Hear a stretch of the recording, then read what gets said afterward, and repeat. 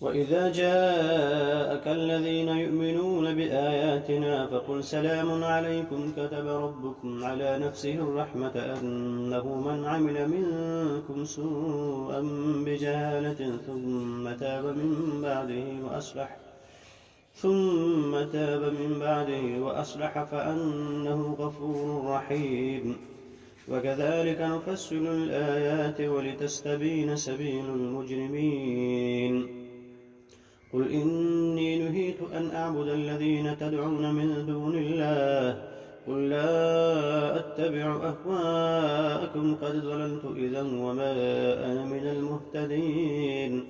قل إني على بينة من ربي وكذبتم به ما عندي ما تستعجلون به إن الحكم إلا لله فقصوا الحق وهو خير الفاسلين. قل لو أن عندي ما تستعجلون به لقضي الأمر بيني وبينكم والله أعلم بالظالمين.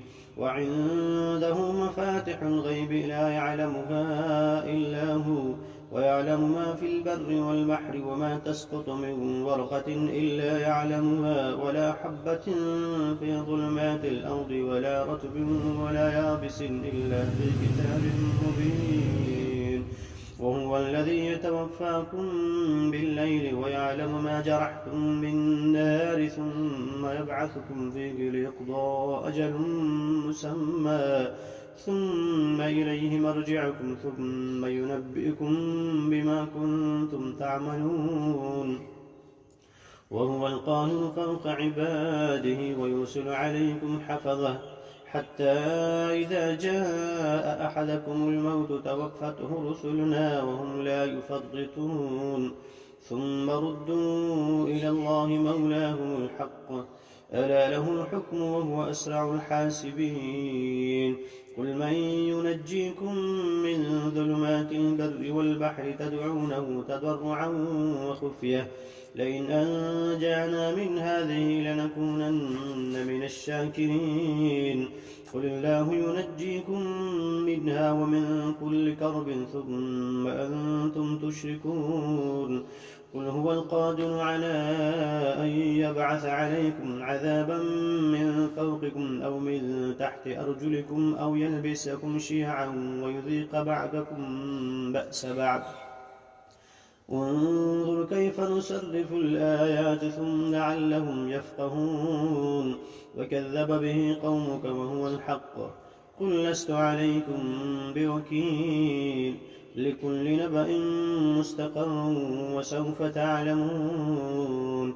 وإذا رأيت الذين يخوضون في آياتنا فأعرض عنهم حتى يخوضوا في حديث غيره وإما ينسينك الشيطان فلا تقعد بعد الذكرى مع القوم الظالمين.